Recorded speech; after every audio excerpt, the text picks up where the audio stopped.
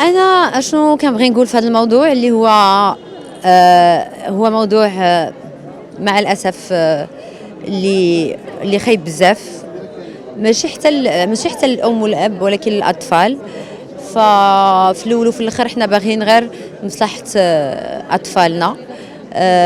كاينين بزاف ديال النساء مظلومات ومتضررات، وهذا الشيء ما كيعنيش انه ما كاينش رجال اللي مطلقين وكيتضرروا من امراه اللي كتكون.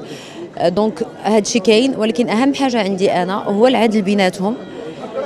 قلتها وغادي نعاودها وغادي نعاودها، ما كاينش اب كيخرج بلا موافقه ديال الام، ولا ام تخرج بلا موافقه ديال الراجل.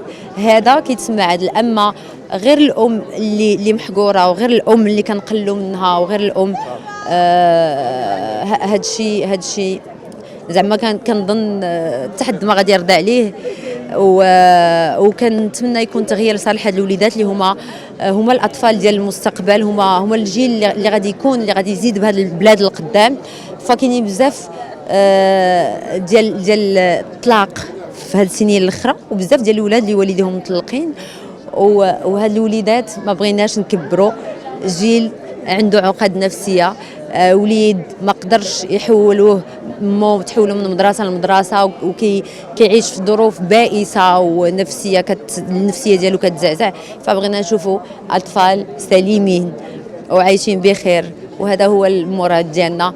وتكون المراه بقيمتها وبعزها، وما كاين تفرق بيناتنا كاملين في الاخر. انا اكيد ماشي مع تغيير. انا ما عرفتش شنو نقدر ندير على وديت هذا الموضوع، لانه موضوع ما كيحس به غير اللي مجربه. لانه باش تحسي ان ولدك ما تقدريش تحوليه مدرسه الا ما كانش الاب ولا شوف، انا في الظرف ديالي انا بات ولدي كان عنده ظروف صحيه اللي ما قدرش يصايب لي ديك الورقه ولا هذا.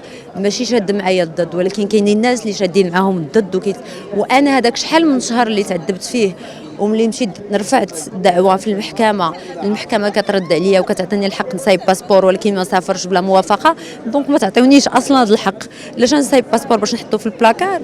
راه الواحد كيصايب باسبور. اي اون فان كونت علاش درت هذا الشيء كامل؟ على وديت مستقبل ولدي وعلى قرايه ولدي، وكانت قاتلوا على ولادنا. لا بروف سي كو درت اكثر من جهدي باش نصيفط ولدي، واخا في سن صغير 12 عام صيفطو يقرا على برا في واحد المستوى. يعني كنتقاتلوا اون فان كونت باش نشوفوا ولادنا احسن منا ونشوفوا نتائج زوينه في هذا المجتمع ديالنا.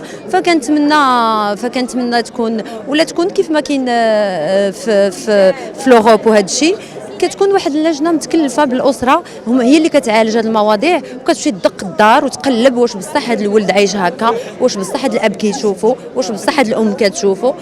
هي اللي غادي تحل هذه المشاكل. مادام ما كاينش وطلع وهبط في المحاكم، وكاين اللي كتصدق ليه وكياخذ حقه، وكاين اللي ما كتصدقش ليه، فما كنظنش. وكنتمنى يكون تغيير في هذا القانون، حيت شي حاجه اللي لازم تكون.